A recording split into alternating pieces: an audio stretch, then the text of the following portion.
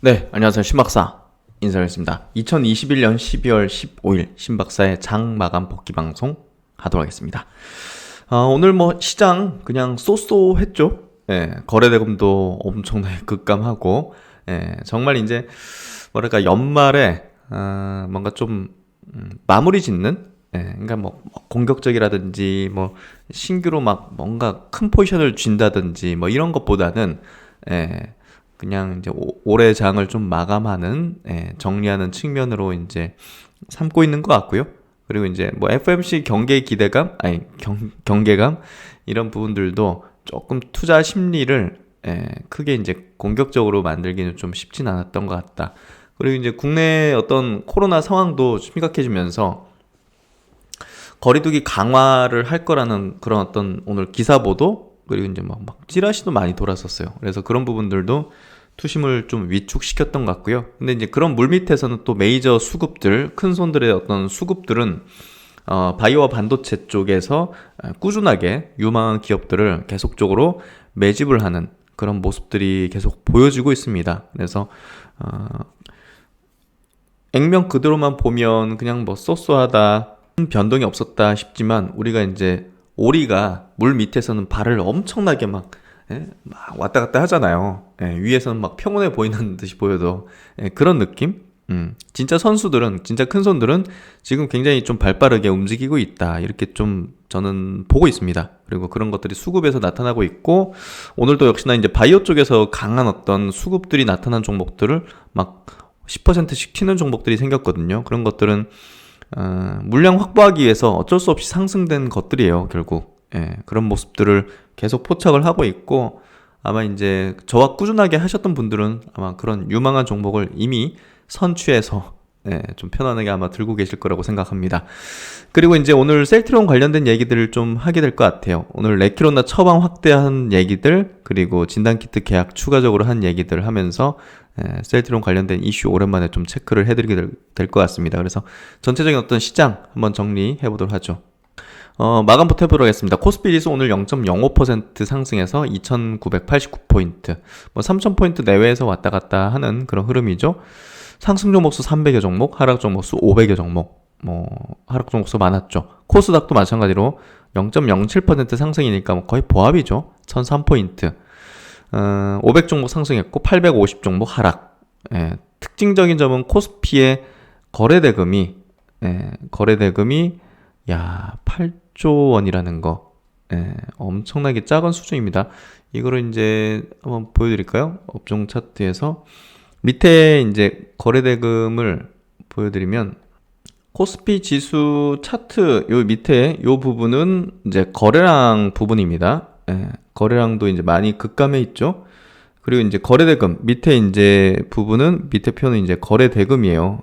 거래대금이 이제 많이 줄어든 거 한번 보여드릴까요? 자세하게 거래량 수준을, 차트를 없애버리고 거래대금 보면 와 많이 급감했죠.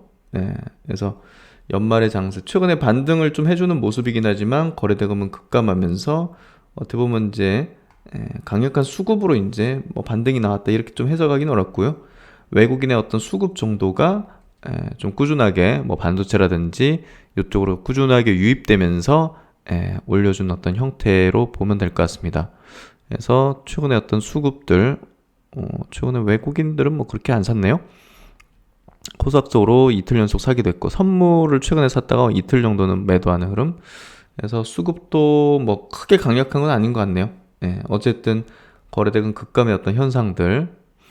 그리고 코스닥 쪽으로 보면 코스닥도 이제 이렇게 좀 감소했죠. 15조 넘나들던 거래대금이 10조 내외 정도 되는 흐름으로 많이 내려와 있는 상태입니다. 이 거래대금의 어떤 수준을 여기 보시면 작년 말 때는 보시면 15조 이상, 17조 막 이런 식으로 됐었죠. 그만큼 증시에 대한 어떤 관심도, 거래가 많이 줄어있는 상태라는 걸 알 수 있고, 코스피 쪽으로 보더라도 작년의 말경에는 30조, 40조까지도 막 삼성전자가 엄청난 또 거래량 폭발하면서 됐었죠. 지금은 30조, 40조에 비해서 반의 반토막 4분의 1 토막 정도 되는 수준의 거래대금 8조 원이 되고 있습니다. 그만큼 시장에서 뭔가 좀 침체된 투자 심리가 침체됐고 이제 상승해야지 거래량이 붙는 거거든요. 거래대금이. 그래서 그런 부분에서 적극적으로 매도하는 쪽도 별로 없고 적극적으로 매수하는 쪽도 지금 크진 않은 상태. 이게 이제 연초부터 튀기 시작하면 제가 볼 때는 상승이 좀 거세게 나올 수도 있는 흐름이 되지 않을까 그렇게 좀 생각이 되고요. 어제 미국 시장 같은 경우는 이제 생산자 물가지수 상승으로 인해서 인플레 우려 이런 부분들이 또 이제 증시를 좀 압박했는데요. 뭐 거기에 따라서 이제 매파적으로 할 것이다 FMC 뭐 이런 우려감이 이제 성상주 나스닥을 조금 1% 정도 약세로 만들었고 다우가 0.3% 밀렸고 S&P가 0.75% 밀렸습니다. 니케이는 오늘 0.1% 상승, 혼조적인 부분이었죠. 홍콩은 0.9% 빠졌고 대만은 0.35% 상승했고 상해 증시가 0.38% 약세해서 조금 혼조적인 어떤 흐름들 보여줬습니다. 어쨌든 전체 시장적인 부분이 그냥 뭐 좀 뜨뜻미지근한 그런 흐름들 보여주고 있고 업종별 흐름을 보면 오늘 코스피 시장 외국인이 230억 팔았고 기관이 1600억 팔았는데요. 전기전자에서는 샀습니다. 외국인이 1500억 이상을 순매수했고 2차전지 쪽에서 양쪽에서 팔았고 의약품 쪽에서는 양쪽에서 외국인 기관 동시에 샀습니다. 그리고 나머지는 뭐 큰 변동은 없네요.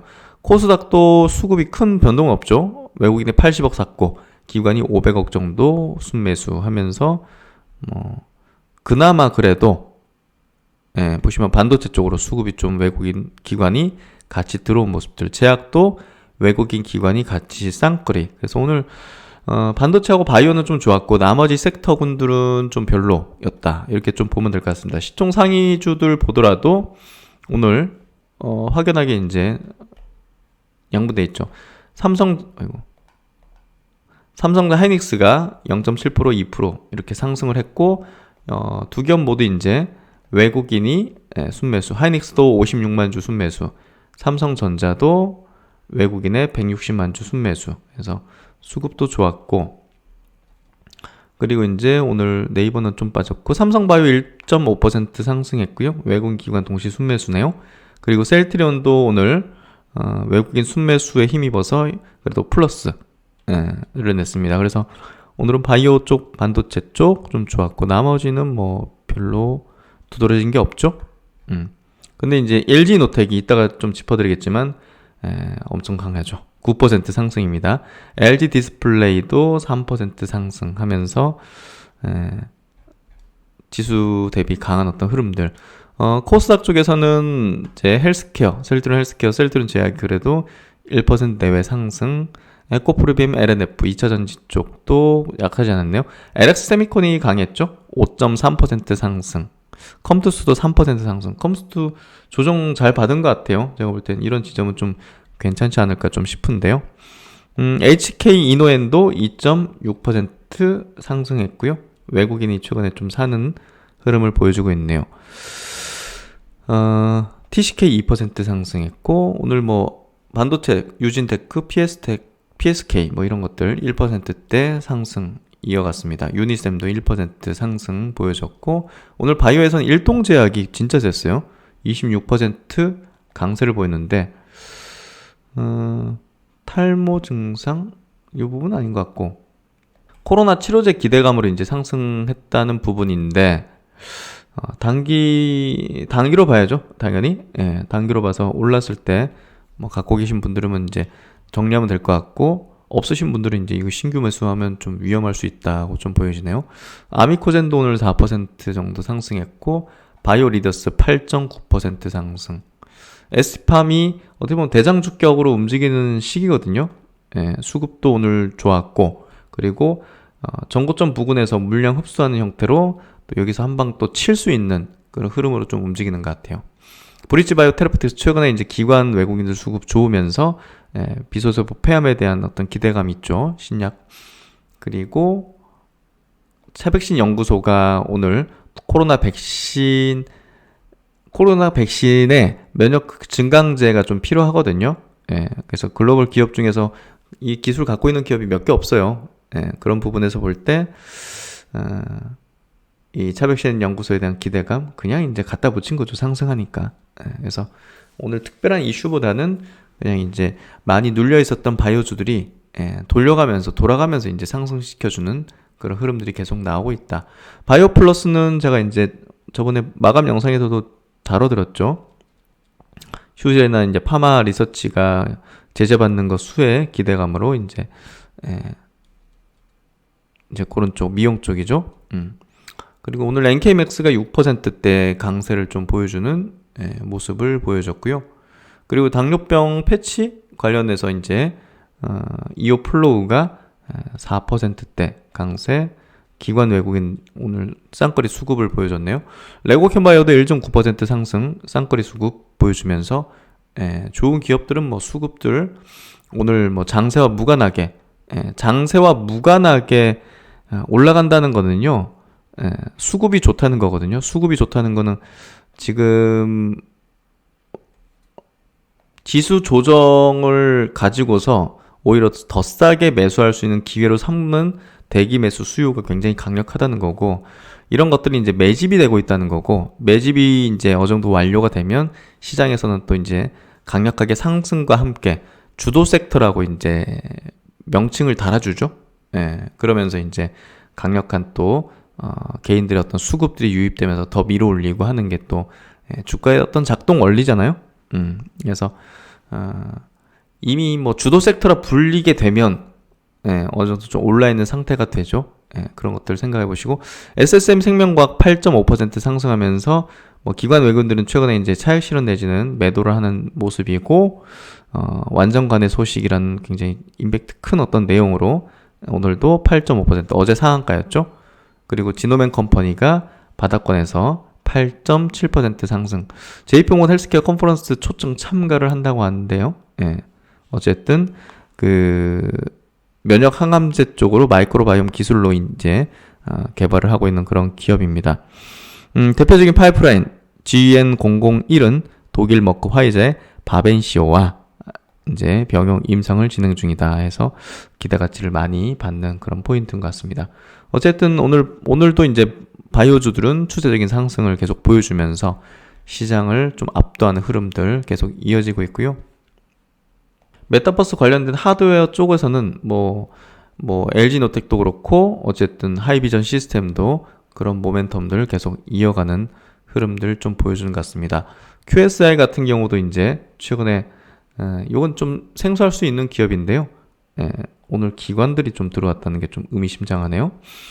어쨌든 이것도 이제 메타버스 관련된 그 하드웨어 쪽에 대한 기술을 갖고 있는 기업으로 이제 이해하시면 될 것 같고, 언제 한번 깊게 스터디를 해두면 좋은데, 어쨌든 이것도 최근에 그 수급을 동반해서 박스권을 돌파시키려는 흐름을 전개시키는 모습이 좀 두드러지네요. MC넥스 같은 경우도 자율주행 모멘텀이죠.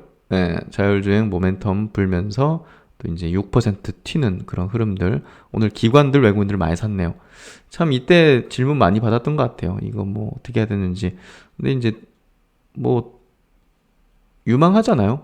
유망한 부분들, 또 현대차 그룹의 이제 자율주행 부품 대량 공급 계약 같은 거 맺고 하면서 결국은 이제 이런 기업들은 이런 조정 구간이 결국 기회가 돼요.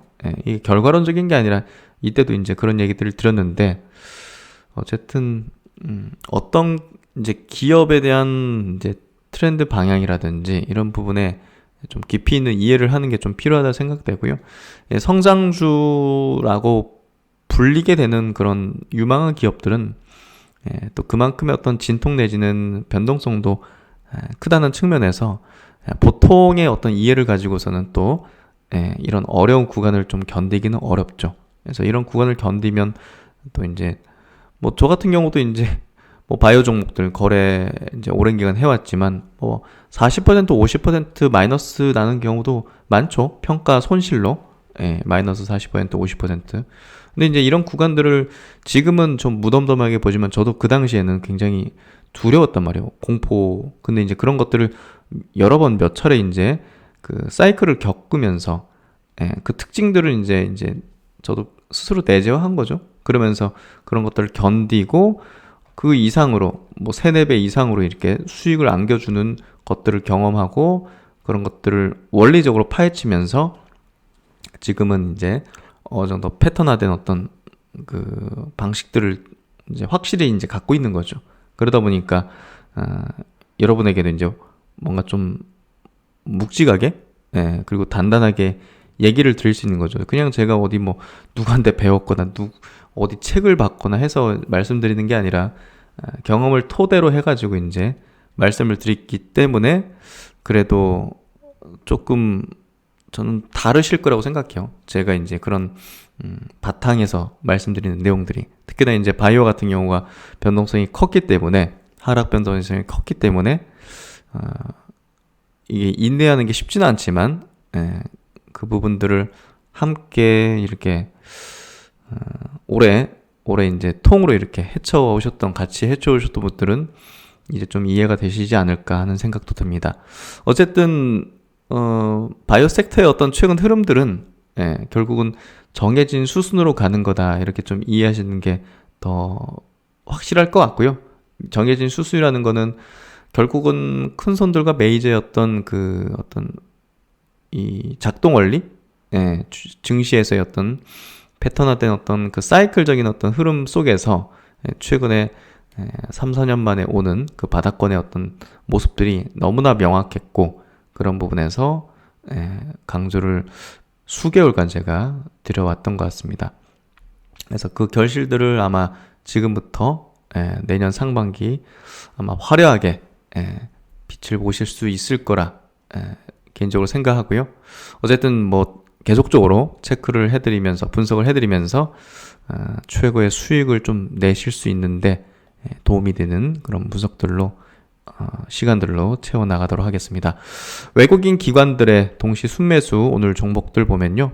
SK하이닉스가 1위네요. 850억. 그리고 아머리 퍼시픽이 오늘 외국계 증권사에서 상당히 좋게 이렇게 보고서가 나왔더라고요.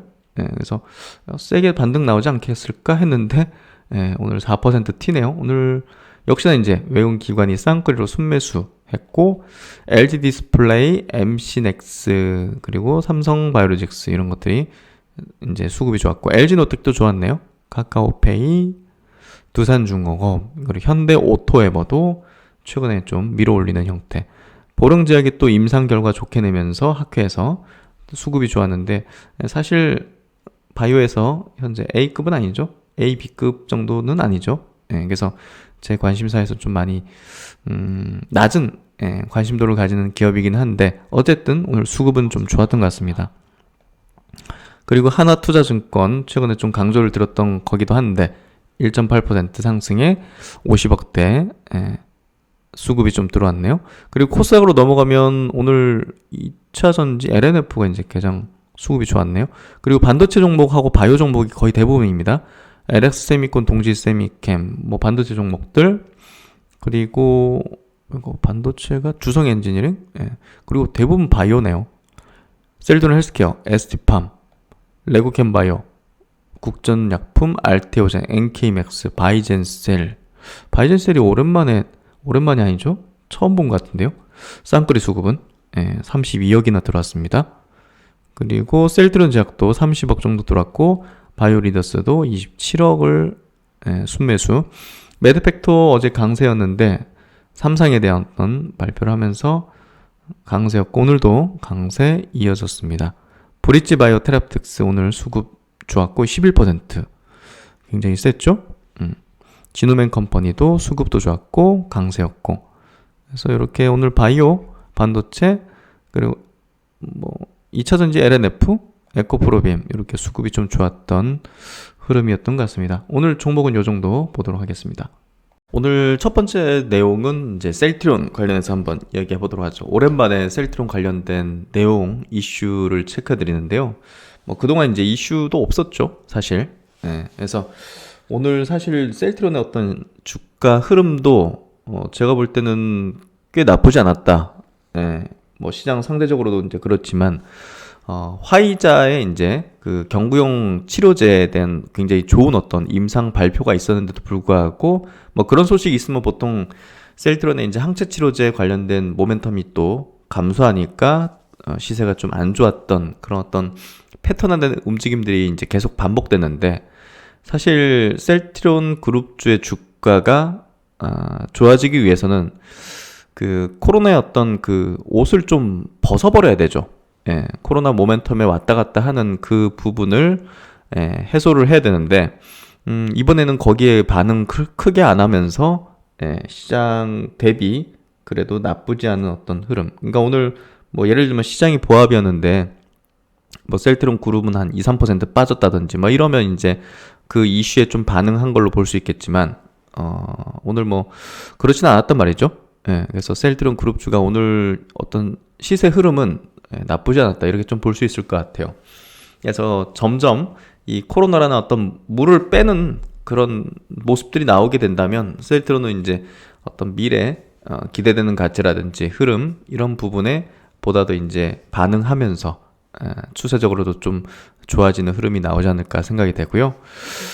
지금 뭐 우리나라 지금 코로나 굉장히 심각해지고 있는데, 방역 당국이 셀트론의 이제 레키로나주 항체 치료제를 사용 확대한다는 그런 어떤 브리핑을 오늘 이제 했죠. 그래서 그 내용 보면서 저도 진작에 이걸 많이 썼어야 되는데 하는 생각이 드는데, 지금 중증 환자가 거의 1000명 육박하고 사망자도 엄청나게 많이 지금 발생이 되고 있기 때문에 사실상 어떤 것들이라도 최대한 이제 활용을 해야 되고, 셀트론 레키로나주를 제대로 쓰려면 일단은 그 확진된 사람에게 모두 무차별적으로 레키로나주를 놔줘야죠. 근데 이제 그러지 않고 있다는 게 좀 안타깝죠. 그걸 여러 가지 어떤 사용 제한적인 부분들, 또 이제 여기 또 예산을 가지고서 원가에 공급하긴 하지만 그 원가 자체에 대해서 또 지불하지 않습니까? 이제 당국이, 정부가. 그러다 보니까 그런 거에 대한 어떤 반발, 어떤 특정 기업에 특혜를 주느냐, 뭐 이런 또 반대 논리가 있잖아요. 근데 사람 생명을 가지고서 하는 부분이기 때문에 사실 뭐 어떤 정치 논리든 그리고 돈 자금적인 측면, 예산적인 부분이든 가장 앞서 있는 게 생명이 좀 돼야 되는데, 그런 부분이 좀 되지 않고 있다는 게 좀 안타깝고, 그동안 그런 얘기를 많이 했잖아요, 우리가. 참 안타깝습니다. 이제야 뭐 소 잃고 이제 외양간 고치는 시기인 것 같아요. 막 사망자 속출하고 중증 환자 속출하니까 사용을 확대한다는 발표를 하는 게 참 뭐 안타깝습니다. 일단은 기존 입원 치료 기관에서 이제 생활치료센터 그리고 병원 등으로 이제 확대를 하겠다. 지정된, 기존에 있는데 입원 치료 기관에서만 이제 놔주던 항체 치료제를 이제 생활치료센터에서도 그리고 일반 병원에서까지 확대를 하겠다. 그래서 여러분들 중에서 혹은 주변인들 중에서 코로나 확진이 걸리게 되면 무조건 그 레키로나주를 맞게 해달라고 계속 이제 주장을 해야 됩니다. 가만히 있으면 모르는 의사들도 많고 모르는 그런 어떤 병원들이나 이런 관계자들도 많기 때문에 뭐 우리나라에 치료제가 있어? 뭐 이런 식으로 반응하기 때문에 이걸 무조건 놔달라고 주장을 해야 됩니다. 그래서 그런 것들은 상식적으로 좀 알고 있어야 되고요.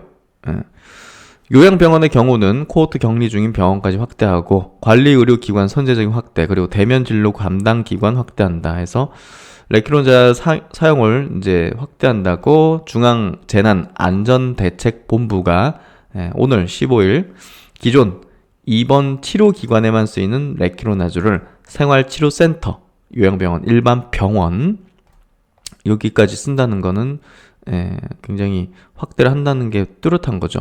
그리고 재택치료자 대상으로 집에서 이제 치료하고 있는 사람 대상으로 단기 외래 진료센터 그리고 노인 요양 시설까지로 확대를 한다. 이제 대대적으로 이제 쓰겠다는 거예요. 결국 요양병원의 경우 감염병 전담 요양병원 투약을 집단 환자 발생으로 코호트 격리 중인 요양병원까지 확대한다.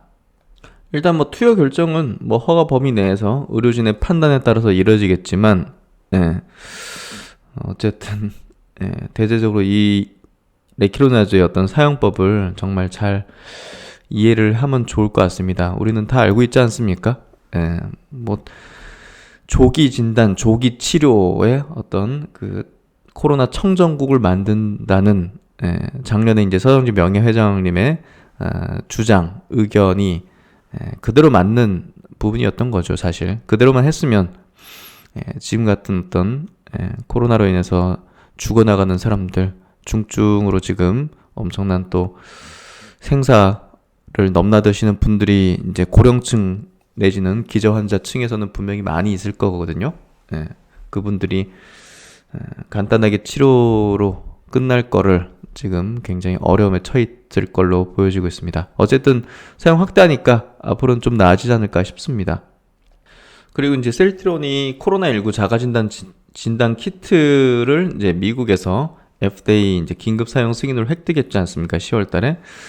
그리고 이제 대규모 공급 계약 소식을 알렸는데요. 이번에 공급 계약 규모가 늘어나는 그 내용이 나왔습니다. 그래서 참 미국에서 셀트론의 어떤 입지라든지 이런 어떤 기술에 대한 인정 이런 부분들이 굉장히 좋은 것 같습니다. 그래서 어쨌든 지금 위드 코로나로 인해서 검사량이 굉장히 폭증하고 있죠. 이 부분에 의거해서 사실상 이제 상당 기간 또 이제 요 자가진단 키트에 대한 어떤 공급이 좀 이루어지지 않을까 그렇게 좀 생각이 되고 코로나가 참 이게 뭐 1년 정도 만에 어느 정도 둔화되지 않을까 예상했지만 지금 뭐 2년 되도록 더 심각해지는 상황이 좀 벌어지고 있고 이제 그 치명률은 낮아지긴 했지만 그 확산되는 어떤 부분은 훨씬 더 확대되면서 사실 지금 뭐 7,000명, 8,000명 왔다 갔다 하잖아요. 국내 같은 경우도. 그래서 굉장히 좀 심각해지고 진단에 대한 수요가 쉽게 사그라들지는 않을 것 같아요. 정정 공시를 이제 냈는데요. 지난 10일 정정 공시를 통해서 자회사 셀트론 USA와의 코로나19 진단키트 계약 금액 증가 및 계약 종료일에 대한 변경을 알렸다. 금액은 1,600억 정도였는데 2,000억 정도, 그러니까 330억 정도 계약 규모가 늘어난 거고요. 계약 종료일 또한 12월 31일에서 22년 1월 31일로 한 달가량 연장이 됐다. 이번 진단키트 공급 물량 확대는 위드 코로나로 인한 미국 내 코로나19 자가진단 검사 확대가 영향을 미친 것으로 풀이된다. 그래서 저도 이제 요 사가지고 집에서 이제 몇 번 써봤거든요. 뭐 당연히 이제 다 음성이긴 했지만, 그래서 어쨌든 집에 있으면 굉장히 편리해요. 편리하고 한번 비상으로 좀 사두시면, 그러니까 이제 막 줄 서서 지금 막 그 검사 받으려는 분들도 많으시잖아요. 근데 야 이거 줄 서서 받을 때가 더 위험할 수도 있겠다는 생각도 들고, 그래서 자가진단 키트가 많이 좀 공급이 되면 좀 좋지 않을까 생각이 드는데 하여튼 개인적으로도 좀 구비를 해놓으면 좋을 것 같습니다. 미국에서 이걸 좀 많이 쓰게 되는 것 같고 공급하게 될 것 같네요. 이번에 공급하는 거는 그 전문가용이 아닙니다. 일반인용이에요. 여러분도 지금 살 수 있는, 얼마 전에 추가적으로 살려고 하니까 매진이 돼 있더라고요. 그래서 한번 보시면 될 것 같고, 일반인용 진단 키트입니다. 디아트러스트 홈 테스트는 휴마시스와 셀트론이 공동 개발한 제품으로 미국에서는 14세 이상이면 사용 가능하며 별도 처방전 없이 오프라인으로 이제 구매를 할 수 있습니다. 그래서 앞으로도 이제 미국이 위드 코로나 들어가기 때문에 자가 어떤 진단하는 그런 수요가 많이 높아질 걸로 회사 측에서 전망하고 있고 아마 그렇게 될 것 같아요. 그래서 지난 9월 달에 최대 7,300억 규모 전문가용 디아트러스트 제품 공급 계약을 이제 체결하기도 했는데요. 그래서 이제 한 업계 관계자는 위드 코로나로 상황이 되면서 진단검사의 중요성과 수요는 더욱 커질 것으로 추정된다며 치료제와 진단 제품이 함께 성장할 것으로 기대하고 있다 해서 셀트론도 내년까지도 충분히 이제 이 진단 키트에 대한 어떤 수요 증가에 따른 또 이제 계약 부분이 또 실적에도 좀 우호적인 영향을 미치지 않을까 생각되네요. 좋은 소식 나왔습니다. 그리고 이제 이 화이자의 어떤 또 인수합병 소식이 저는 이제 굉장히 또 중요한 포인트라고 생각돼요. 아레나라는 이제 바이오 기업을 또 거의 7조 원에 달하는 인수 규모로 이제 금액으로 이제 인수를 했는데 뭐 여러 가지 어떤 그 파이프라인을 갖고 있습니다. 뭐 6개 약물을 이제 인수를 했다 해서 대양성, 궤양성 이제 대장암 3상 단계 파이프라인부터 해가지고 다양한 어떤 뭐 항암제, 저해제 이런 것들이 이제 항암 아토피 피부염 대상의 어떤 저해제군요. 여러 가지 파이프라인을 갖고 있는 기업을 인수를 했거든요. 그래서 이게 이제 상장이 돼 있는데 종가 대비 100% 2배 프리미엄을 더한 가격으로 이제 인수를 하는 거예요. 그만큼 상당한 어떤 프리미엄을 준 건데 어쨌든 화이자가 이제 백신으로 엄청난 돈을 벌어들였지 않습니까? 근데 이런 돈을 이제 본격적으로 집행을 하기 시작하는 거죠. 그래서 기대가 됩니다. 내년도 많은 어떤 인수합병 건이 발생이 될 거고 코로나로 인해서 돈을 크게 번 기업들이 정말 엄청난 큰 손의 어떤 역할들을 하면서 최신의 어떤 유망한 기술들을 사가거나 기업을 인수하는 그런 부분들이 굉장히 많이 나오게 될 겁니다. 그게 이제 결국 이제 바이오 기업들의 어떤 센트를 굉장히 좋게 만드는 그런 역할을 해줄 거고 중요한 기사들 계속적으로 나오고 있어요. 그리고 이제 바이오 업계에서는 그래도 이제 좀 안타까운 소식이기도 한데요. 지금 코로나 오미크론이 좀 많이 퍼지고 있죠. 그러다 보니까 원래 대면 행사를 좀 하려고 했던 이 JP모건 헬스케어 컨퍼런스에 모더나하고 암젠이 좀 불참을 이제 통보를 한 것 같은데 JP모건이 가상으로 이제 프레젠테이션 하는 거를 지향하고 오프라인으로 참석하는 걸 계속 독려를 하다 보니까 참석을 안 한다는 그런 어떤 비판이 좀 있는 것 같습니다. 이런 핵심적인 기업들이 이렇게 좀 하면 사실 좀 분위기가 좀 가라앉게 되죠. 그래서 어쨌든 지금 JP모건 헬스케어 컨퍼런스 주최 측에서도 굉장히 고심을 많이 하게 되는 것 같은데 모쪼록 이제 대면에 대한 기대감이 좀 크잖아요. 근데 그게 지금 조금 기업들이 우려를 나타내고 있다고 좀 하는 것 같아요. 그래서 어쨌든 이 코로나 상황이 조금 이제 약화돼야 이런 빅테크 기업, 바이오텍 신약을 개발하는 기업들의 어떤 활발한 어떤 미팅, 어떤 이런 것들이 좀 될 텐데 그런 것들이 좀 이루어지기 위해서는 코로나도 조금 잠잠해져야 될 것 같습니다. 어쨌든 이런 기업들이 추후에 이제 또 참석할 수 있도록 하기 위해서는 코로나가 중요할 것 같습니다.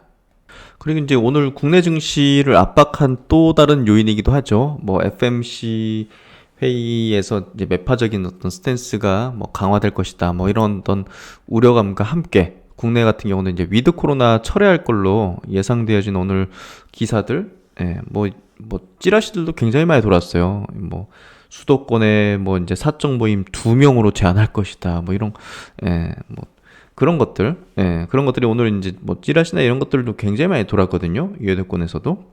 그래서 그게 이제 시장을 좀 압박하는 또 다른 좀 요인이었던 것 같고 오늘 뭐 정말 수급이 별 변동이 없거든요. 근데 이제 투자 심리가 굉장히 좀 위축이 됐던 거죠.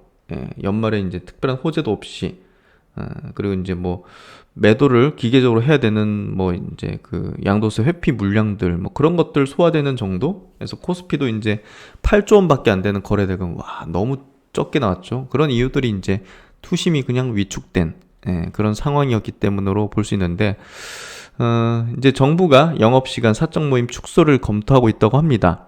일단 김부겸 총리가 뭐 17일 내일 모레 이제 사회적 거리두기 이제 강화 조치 시행을 이제 발표할 걸로 예상이 되고 있고 이제 그날은 이제 그 문재인 지금 대통령이 이제 호주 가 있죠. 그 돌아오시는 날 또 이제 제가 맡는 그런 부분으로 그날 발표할 걸로 예상이 되고 있기 때문에 어쨌든 지금 중증 환자 폭증하는 부분 때문에 아마도 어떤 조치는 시행할 수밖에 없는 그런 상황이 된 걸로 볼 수 있고요. 전국 코로나 중환자 병상 가동률이 82%. 이거 이제 뭐 일반 환자까지 영향을 미칠 수 있는 그런 부분인 것 같고 세계보건기구에서는 지금 오미크론이 굉장히 빠르게 확산되고 있고 지금 좀 과소평가하고 있다. 그런 위험이 크다. 그래서 여기 보시면 WHO 사무총장이 오미크론 변이는 우리가 이전에 어떠한 변이에서도 보지 못한 속도로, 속도에 대한 얘기를 하고 있어요. 빠르게 확산하고 있다. 오미크론 변이가 현재 77개국에서 보고됐다. 아직 발견되지 않았더라도 그것은 아마 대부분 국가에서 존재할 것이다. 그래서 분명히 우리는 지금 위험을 무릅쓰고 이 바이러스를 과소평가하고 있다는 것을 알 수 있다. 오미크론 변이가 덜 심각한, 이제 치명적이지 않다고 해도 감염자 수 자체만으로 또다시 준비가 덜 된 이제 의료 시스템을 압도할 수 있다 해서 의료 마비에 대한 우려를 굉장히 깊이 하고 있고, 그게 지금 우리나라 같은 경우 지금 현실화되는 어떤 흐름이고, 미국도 좀 우려를 하는 것 같아요. 아까 보셨듯이 그 큰 이제 회사들이, 바이오 회사들이 이제 우려를 하는 부분은 가장 잘 알고 있겠죠. 당연히 모더나라든지 이런 기업이, 암젠이라든지. 네, 그런 액션을 취한다는 것 자체가 이게 조금 확산이 굉장히 심각하구나 하는 걸 알 수가 있는 것 같습니다. 어쨌든 이런 부분들이 오늘 국내 시장에서도 좀 압박 요인이었다, 이렇게 좀 이해하면 될 것 같습니다. 오늘 국내 종목 한 종목하고 해외 종목 한 종목 리포트 한번 체크해 볼게요. 오늘 시장에서, 시장의 어떤 좀 뭐랄까 뭐 보합 정도의 어떤 흐름 속에서도 LG노텍이 정말 강했죠. 9% 이상의 이제 상승인데요. 사실 올해 내내 박스권에 갇혀 있었거든요. 그럼에도 불구하고 최근에 이제 메타버스 플러스에서 자율주행의 어떤 수혜주 관점의 어떤 수급들과 평가들이 좀 계속 쏟아지면서 사실상 이제 역사적 신고가를 계속 이어가는 그런 흐름을 보여주고 있죠. 그리고 내년도 예상되는 실적 대비해서도 굉장히 저평가에 대한 어떤 부분들, 여러 가지 복합적으로 상당히 우호적인 흐름이 계속 이어지고 있습니다. 그래서 이제 KB증권에서 LG노텍 목표 주가를 35만 원으로 적용했고요. 오늘 마감가가 이제 33만 1,500원. 거의 목표 주가 왔는데요. 그래서 LG 이노텍은 글로벌 부품 경쟁사와 비교할 때 중장기 관점에서 시가총액 10조 원 이상이 가능할 걸로 본다. 지금 7.8조입니다. 근데 이제 목표 주가는 그거보다 낮네요. 그래서 시총 10조면 42만 원인데 이제 일단 35만 원으로 목표 주가를 매겨놨고, LG노텍 전체 매출의 78%를 차지하는 애플의 향후 5년 중장기 성장 로드맵이 탄탄하고 해서 애플과의 돈독한 관계도 결국은 LG노텍의 성장을 가시화시켜주는 요인이다. 그리고 이제 자율주행차 부품의 출하 확대, 이제 전장 부분의 부품 그 비중이 계속 올라가고 있죠. 내년 하반기 전장 부품 사업의 실적 턴어라운드가 예상되며, 일단은 목표가 35만 원은 애플 신사업인 메타버스 XR 기기 그리고 애플카 쪽에 대한 부분이 반영되지 않고 있는 부분을 감안해서 제시한다. 따라서 LG노텍은 최근 주가 상승에도 불구하고 현재 퍼밸류 7.8배 수준의 내년 밸류에이션을 고려할 때 향후 추가 상승 여력은 충분할 전망이다. 그리고 현재 이제 10조 원 규모의 수주 잔고를 이제 확보한 이 전장 사업부 자체도 굉장히 어떤 기대된다. 향후 자율주행차 어떤 시장 확대 최대 수혜주로서 볼 수 있고, 자율주행차 핵심 부품은 라이다, 레이더, V2X 모듈, 모터 센서, 카메라 전방위적으로 이제 납품을 하고 있는 거죠. 글로벌 15개 자동차 메이커에 이미 납품을 하고 있습니다. 그리고 향후 신규 공급도 예상된다는 부분들, 그리고 이제 전장 부품 사업부는 향후 북미 최대 전기차 업체를 신규 고객으로 확보할 것으로 추정되고 있고, 수주 건전화 작업, 수익성이 낮은 수주는 제거하고 이런 작업인 것 같아요. 올해를 기점으로 마무리돼서 내년 하반기부터 본격적인 실적 턴어라운드 국면에 진입할 것으로 예상이 된다. 그래서 뭐 코로나 이후 디지털 혁신 가속화에 더불어서 스마트폰 부품 중심에서 메타버스 자율주행차로 확장이 예상된다. 최근 3년간 LG노텍 분기 영업이익은 평균 2천억 수준에 불과했으나 향후 3년간 분기 평균 3에서 4천억에 이를 걸로 추정되어 이익 구조 레벨업이 기대된다. LG노텍은 22년도 애플의 메타버스 XR 기기 출시. 내년도 이게 시장에서 굉장히 기대하고 있고, 이 부분이 지금 애플도 신고가를 내줬는데 큰 영향을 미치고 있는 거죠. 그리고 25년 자율주행 전기차 애플카 공개 전망. 예, 그래서 이게 공식화하는 발표가 아마 내년 있지 않을까 싶거든요. 그래서 그런 부분도 내년에 LG노텍의 어떤 주가를 상당히 좀 밝게 전망해 볼 수 있는 모멘텀적인 측면일 것 같습니다. 이런 부분들로 인해서 핵심 부품 공급 가능성 확대로 향후 변화된 실적 체력을 기반으로 본격적인 주가 재평가 국면 진입이 전망이 된다. 내년이 더 좋다. 그래서 LG노텍 오늘 주가 상승하는 어떤 이유, 포인트들 이렇게 좀 정리가 될 것 같습니다. 이 부분도 한번 보도록 하죠. 피어 그룹 있죠? 글로벌 피어 그룹 내에서 밸류에이션을 비교해 보니까 LG노텍이 뭐 무라타라든지 이런 기업들 대비해서 퍼밸류로도 이제 굉장히 저평가를 받고 있다고 인식되죠.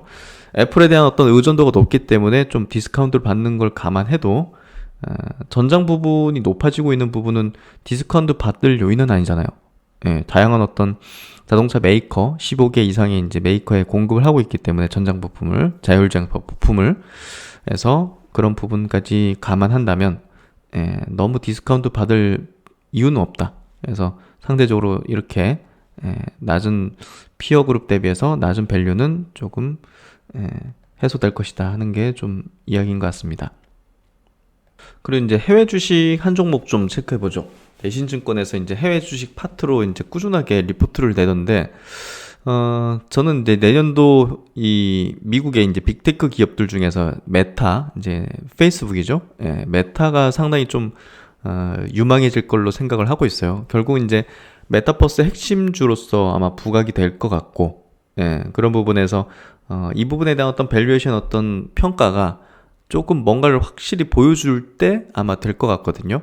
그게 아마 내년이 되지 않을까 생각됩니다. 그래서 제목도 이렇게 담았네요. 메타버스 확장의 선두다 해서 일단은 SNS의 시대에서 이제 메타버스 가상세계 어떤 시대로 가는 데 있어서 그걸 가장 잘 할 수 있는 토대가 가지고 있는 기업이 결국은 이제 이 페이스북일 수밖에 없어요. 메타. 그래서 페이스북, 인스타그램, 왓츠앱을 이제 갖고 있죠. 이 부분이 이제 큰 토대, 메타버스 확장의 어떤 토대로 아마 활용이 되어질 것 같고, 그런 부분에서 확실하게 이제 이름 자체를 이거 무한이라는 표시죠, 이게. 그래서 내년도 좀 기회가 되고, 일단은 뭐 실적적인 부분을 짚어낸 것 같은데, 뭐 북미 지역에서 광고 가격이 상승하고 있다. 아시아 필두로 신흥국 중심으로 지역적 확장이 벌어지고 있다. 그래서 아시아 태평양 지역이 지금 워낙 이제 뭐 성장 지역이잖아요. SNS든 이커머스든 여러 가지 콘텐츠 분야도 그렇고, 그래서 성장률이 굉장히 높은 지역, 이쪽에서의 어떤 월간 활동 유저 수가 12억 6천 명을 기록해서 2017년 이후 연평균 13% 증가해서 ARPU는 낮더라도 이제 뭐 객단가죠. 낮더라도 북미 지역과 함께 성장의 한 축을 담당하고 있고, 이 부분 계속 확장이 되고 있다. 그리고 이제 안정적인 현금 흐름 바탕으로 한 그 이제 자사주 매입이라든지 이런 것들을 주주 환원을 통해서 뭐 결국은 주가를 어느 정도 좀 탄탄하게 만드는 그런 액션들을 좀 취하게 될 것 같습니다. 밸류에이션이 그리 높진 않아요. 그러니까 내년도 매출액을 1,401억 달러로 예상하고 있고, 퍼밸류도 한 23배 수준으로 지금 전망이 되고 있기 때문에 이게 20 초반 정도거든요. 대부분 증권사에서도 그렇고, 그래서 결국은 내년도 메타버스에 대한 어떤 모멘텀이 이 기업에 오롯이 좀 붙게 된다면 밸류에이션을 좀 높여줄 수 있는 뭐 30배라든지 40배 뭐 이런 식으로 이제 높여줄 수 있는 30배, 40배 이렇게 높여줄 수 있는 그런 흐름이 되지 않을까. 그런 부분에서 가장 좀 기대해 볼 수 있는 그런 기업으로 좀 꼽고 있습니다. 그래서 이제 요런 메타까지 한번 좀 체크를 해봤고요. 그리고 이제 마지막으로 이제 미래에셋에서 나온 그 오늘 시황에 대한 어떤 리뷰 내용인데요. 뭐 대부분 평가가 비슷해요. 뭐 FMC 관망하면서 보합권을 유지했다. 일단 뭐 11월 달 미국 생산자 물가 지수가 사상 최대. 뭐 결국 이제 인플레 압력을 가중시키는 거죠. 그래서 FMC에 대한 부분을 매파적 기조를 더 강하게 예상한다는 그런 내용이 좀 시장 경계감을 좀 만들었고, 국내 코로나 재확산 이 부분도 이제 약간 부담으로 작용했죠. 그래서 어쨌든 이런 내용이 핵심이에요. 뭐 최근에 어떤 장세가 워낙 이제 거래대금도 급감하고 그냥 왔다 갔다 하는 큰 변동이라든지 큰 이슈보다는 왔다 갔다 하는 그런 흐름인데요.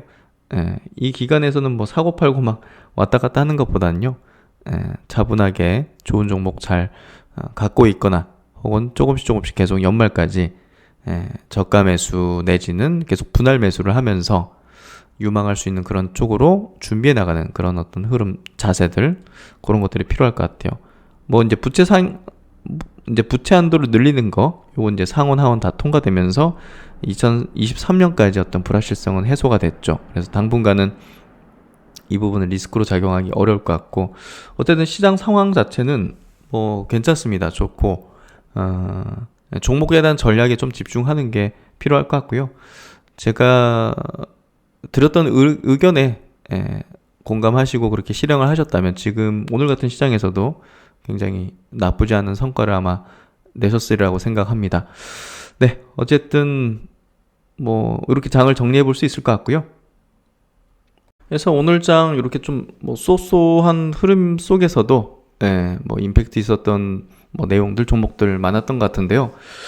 오늘은 요 내용 한번 제가 만들어 봤는데, 예전에 이제 영국 총리죠. 또 이제 2차 세계대전을 또 승리로 이끌었던 그런 정치가이기도 한데요.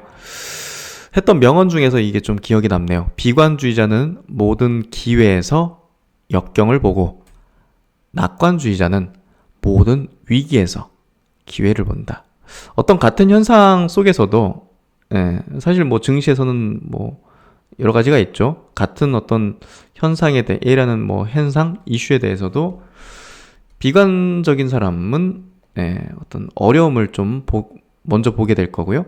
낙관적인 사람은 어찌됐든 기회를 찾으려고 아마 볼 겁니다. 그러니까 관점의 차이인 것 같아요. 주식도 마찬가지, 주식도 이제 그렇고, 우리가 살아가는 어떤 그런 부분도, 사회도 그렇고, 우리 개인의 어떤 각자의 인생도 그런 게 아닌가 생각이 드는 그런 생각이 좀 듭니다. 그래서 주식을 한다는 건 희망을 가지면서 한다는 거거든요. 결국 낙관주의자가 결국은 승리합니다. 결론적으로는. 비관주의자들은 어떤 일시적으로는, 또 특정 시점에서는 큰 어떤 기회를 포착한다든지, 뭐 공매도가 되겠죠. 포착한다든지 수익을 거둘 수도 있겠지만, 진짜 대성공자, 큰 성공을 거두는 투자자는 결국 낙관주의자라고 생각합니다. 그래서 저는 이제 주식은 희망이다는 얘기를 좀 많이 드리는데요. 그 희망을 가질 수 있기 위해서는 어떤 관점인지가 중요하지 않을까 생각이 됩니다. 그런 생각 한번 해보시는 그런 날 되시면 좋겠습니다. 네, 오늘도 수고 많으셨고요. 신박사는 또 다음 시간에 좋은 내용으로 뵙도록 하겠습니다. 감사합니다.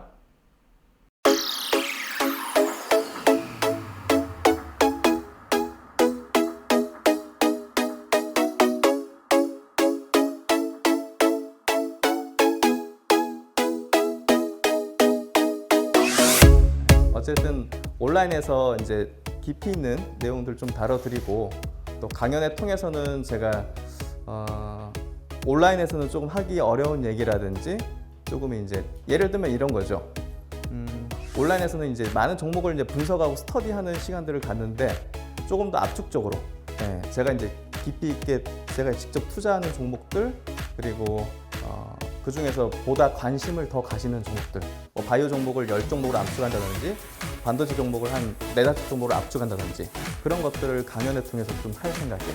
그래서 강연회는 앞으로 이제 코로나가 좀 풀리면 조금 더 자유롭게 해나가면서 좀 깊이 있는 실제적인 내용들을 좀 다뤄드리도록 하고요. 참 자주 뵀으면 좋겠습니다.